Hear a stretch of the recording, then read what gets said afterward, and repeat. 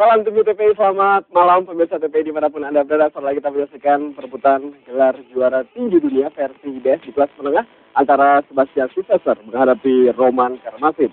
Yang pada malam hari ini saya tidak ditemani oleh dua orang komentator. Yang pertama adalah Bung Ridwan. Apa kabar Bung Ridwan? Baik. Ya, yang kedua adalah Bung Sikat Pasaribu. Ya, baik, selamat malam pemirsa bintang bintang dunia TPI. Ya, salam tunggu TPI tentunya. Ya, kalau kita melihat bagaimana sebuah partai yang akan kita saksikan, tentunya sangat menarik sekali. Di kelas menengah ini tampaknya memang menjadi sebuah barometer yang luar biasa bagi pecinta tinju tentunya. Ya, betul sekali, memang banyak sekali kelas menengah menjadi salah satu jualan ya. Yeah. Di luar kelas berat sekarang kemunculannya dengan Optik belum menjadi juara sejati selama ini karena mendatangkan pundi-pundi dolar gitu dari antara promotor. Dan sekarang saya pikir memang dengan terciptanya kelas menengah di Eropa sekalipun itu menjadi salah satu bukti bahwa kelas menengah menjadi jualan yang cukup menarik ya di Eropa sekarang.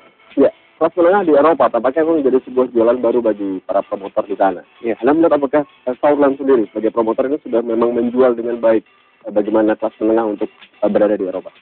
Ya, kiprah promotor sekarang di Eropa, Bung Tio, sangat menarik. Pertama, kalau kita klasifikasikan ya, tinju kuno itu dulu dikuasai oleh Yunani, tinju modern itu oleh Inggris dan Amerika. Kalau kita mau bilang sekarang tinju masa kini, ada kiprahnya di Jerman. Jadi promotor pun sudah strategi-strategi mereka untuk mengemas petinju-petinju dijual, mereka udah sangat mahir sekali, Bu. Ya, dan nanti kita akan segera menyaksikan bagaimana sebuah partai tambahan di kelas berat.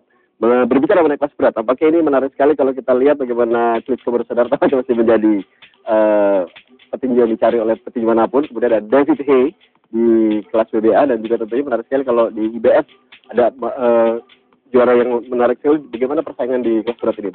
Yang pasti memang sekarang masih dikuasai oleh Klitschko bersaudara ya. Kita tahu ketika terakhir kemarin ketika 29 Mei pun sekali Klitschko bisa mengalahkan Albert Sosnowski.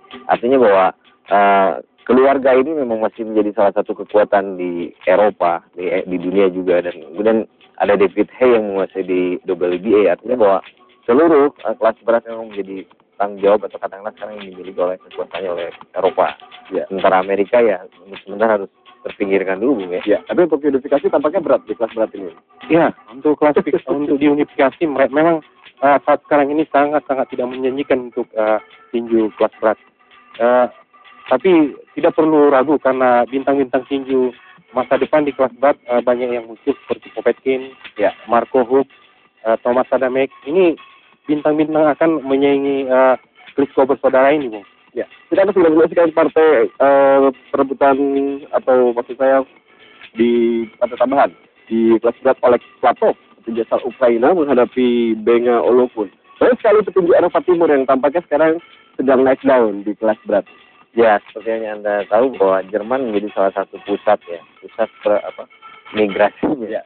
Migrasi para petinju di luar Jerman, kemudian Ukraina, kemudian sekarang banyak juga dari Turki yang semua berkiprah di Jerman, Bung ya. Dan sekarang ya Platov sendiri mencoba memanfaatkan kondisinya di Jerman ini. Memang dia lebih banyak sebenarnya di Belgia ketika pertama kali, tapi kemudian sekarang dia berkiprah banyak di Jerman dan dia juga mencari salah satu tujuannya adalah menempati posisi di peringkat dunia, Bu ya.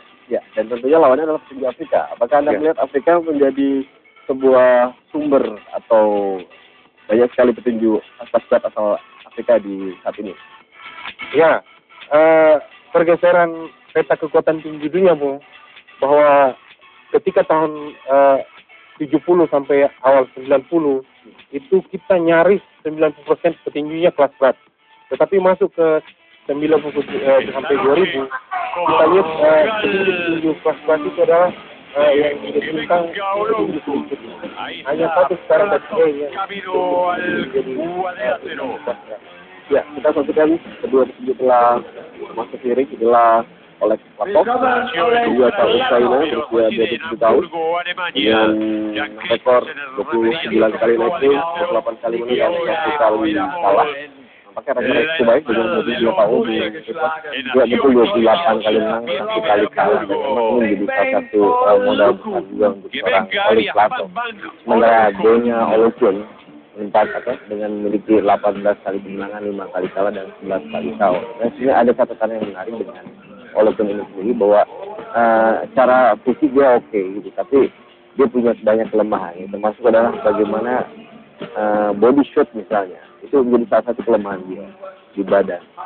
Dan saya pikir dia pernah dipukul jatuh juga ketika tahun 2009 oleh Manuel Carr, yang itu bukan orang yang besar lah Manuel Carr, tapi ya itu karena faktor daya tahan di fisiknya, di tubuhnya itu yang membuat dia lemah. Mungkin kalau dari sisi kepala dia bisa memiliki daya tahan yang cukup bagus, tapi dari body shot itu yang bisa menjawabkan dia tersebut. Ya, lagi-lagi ini dari sebuah arena yang kita saksikan begitu penuh dan begitu luar biasa. Penonton yang ada di Jerman kemudian saat ini menjadi sebuah catatan yang menarik ini. Ya, seperti yang saya bilang tadi bahwa perbedaan sekarang ada berkiblat di Jerman. Kita tahu sendiri kelas yang merupakan petinju yang paling bergengsi. Ketiga gelar yang ada di sana sekarang 4 gelar itu dicetak di Jerman dan dikuasai oleh bangsa Eropa. Ya, dan baru kita saksikan bagaimana seorang petinju asal Nigeria, Benga Olofun, dia 26 tahun dan rekornya adalah 23 kali naik ring, 18 kali menang dan 5 kali kalah. Merupakan sebuah partai tambahan dari perebutan gelar tinju dunia versi IBF di kelas menengah yang akan segera kita saksikan. Sebelum kita menyaksikan sebuah partai tambahan di kelas berat antara Oleg Platov atau Ukraina menghadapi Benga Olofun asal Nigeria. Sedikit Anda melihat petinju asal Nigeria ini apakah memiliki catatan yang cukup baik di profesional?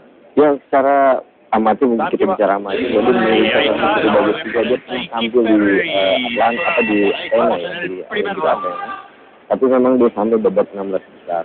Tapi itu dikalahkan oleh petinju Italia, runner-up yang menjadi runner-up Roberto Carrelli. Dan saya pikir memang saya bisa katakan bahwa satu kelemahan yang dimiliki oleh Olofun adalah body. Jadi daya tahan walaupun dia memiliki daya tahan yang cukup bagus di tubuh, di muka maksud saya, tapi ketika di badan itu bukan badan atau body shot itu bisa menjadi salah satu kelemahan dia. Ya, inilah ronde pertama di dalam sebuah partai tambahan di kelas berat antara Oleg Platov atau Ukraina menghadapi Benga Olofun. Saya ada saksikan Platov menggunakan celana hitam sedangkan Olofun juga asal Nigeria menggunakan celana hitam merah. Karena dengan 10 ronde Oleg Platov juga asal Ukraina ini dengan 29 kali naik ring, 28 kali menang dan 1 kali kalah.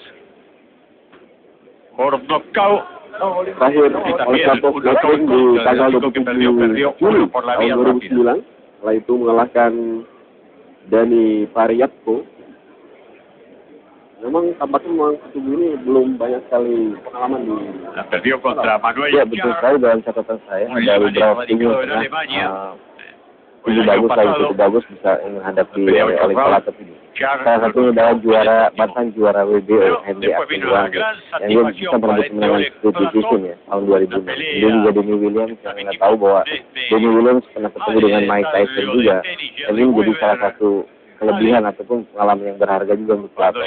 Tapi apapun ini memang belum kalau kita bicara experience memang masih jauh sekali dengan para petinju yang memang sudah memiliki peringkat di badan tinggi dunia. Ya, karena di kelas berat Anda melihat latihan apa yang nampaknya memang akan menjadi makanan bagi seorang petinju kelas berat untuk meningkatkan skillnya di kelas berat.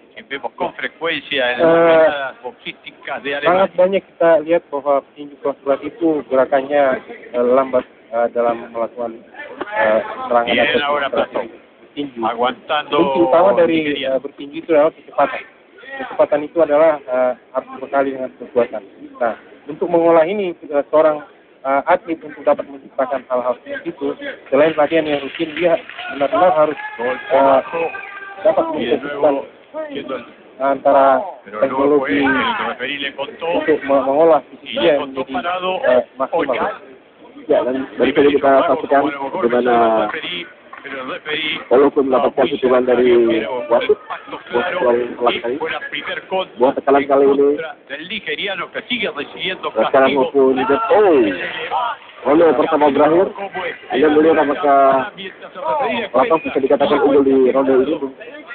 Ya, jab-jab dia bagus dan ini belum berakhir, Bung. Ronde pertama tadi terkena rusuk dan merupakan menjadi kelemahan dia untuk naik baru oleh pertama berakhir. Dia katakan bahwa sejak awal bahwa body shot